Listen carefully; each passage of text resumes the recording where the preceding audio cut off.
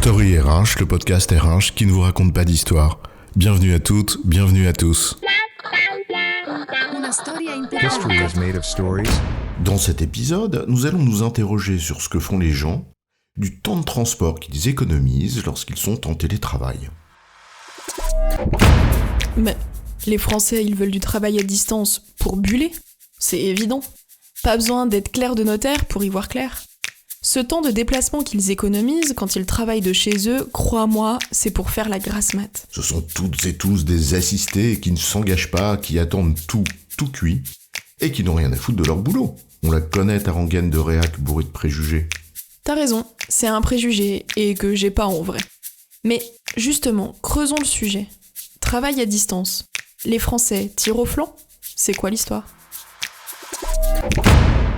Il n'est pas question ici de nous interroger sur le lien entre productivité et travail à distance, ce qui a été étudié maintes et maintes fois, mais bien de se demander ce que font les gens du temps de transport qu'ils économisent quand ils travaillent de chez eux.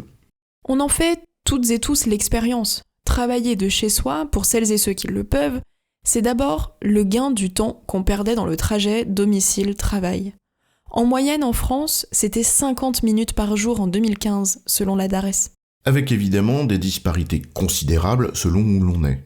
Pas besoin de dessin pour celles et ceux qui commutent Paris-Banlieue. Difficile donc de partir de là. En revanche, on a des études sur ce fameux temps gagné.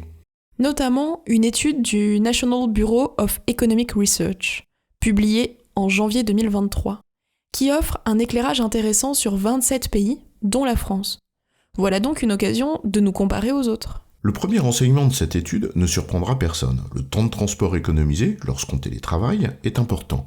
En moyenne sur les pays européens, par exemple, il est de l'ordre d'un peu plus d'1 heure par jour. Et la France se situe dans cette moyenne avec 62 minutes, comme l'Allemagne avec 65 ou l'Espagne avec 63, et l'Italie avec 61.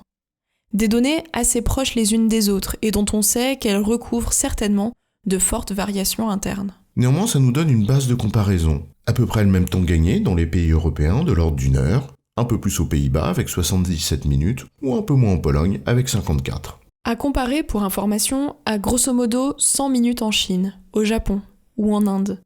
À noter d'ailleurs que les États-Unis apparaissent comme l'un des pays où ce gain est l'un des plus faibles, avec 55 minutes. Bref, une situation comparable entre pays européens, avec en gros 1 heure gagnée par jour. Mais la question qui se pose ensuite, c'est évidemment, mais que fait-on de cette heure gagnée ? À quoi est-elle consacrée ? L'étude a spécifié 3 grandes occupations possibles. Ton travail, tes loisirs et le soin porté aux autres, le caregiving très précisément. Et c'est là où les idées reçues commencent à voler en éclats. Au moins 3 d'entre elles nous ont interpellés. Certains pensent que les gens ne vont pas mettre ce temps gagné à profit pour leur travail, et que cela va surtout être pour les loisirs. Eh ben c'est faux. En moyenne, sur les pays européens, c'est quasiment à part égale entre travail et loisirs, 36%. Et certains pensent que pour les Français, ça fait aucun doute, ils vont privilégier les loisirs. Eh ben c'est faux. En moyenne, en France, 44% du temps gagné est mis à profit pour le travail, et seulement 26% pour les loisirs. Certains pensent que les Français sont les champions de la glandouille. Eh ben c'est faux. Sur 12 pays européens, la France est en tête de liste sur la part de l'économie de temps consacrée au taf. Number 1. Et pour enfoncer le clou, de ces mêmes 12 pays européens, c'est celui qui donne la part la moins importante aux loisirs, 26%. Qui l'eût cru ? Bon, j'entends déjà les mauvaises langues qui vont nous dire « bah pas étonnant, ils en ont déjà tellement ». Intéressant aussi de noter que les pays dans lesquels la part de cette économie de temps est la plus consacrée au travail, c'est la Malaisie, Singapour et Taïwan, avec 53%. Les 3 seuls pays pour lesquels cette part dépasse 50%. On le sait, ce type de données moyennes et ce type de comparaison n'ont pas vraiment de sens, et nous nous garderons bien d'en tirer la moindre conclusion, sauf peut-être lorsque les chiffres viennent infirmer un discours un peu rapide et un peu facile. Alors comme ça, les Français ne s'engageraient pas au travail ? Eh pas si simple que ça. Tiens, on peut s'engager dans son travail, mais pas dans son entreprise, par exemple.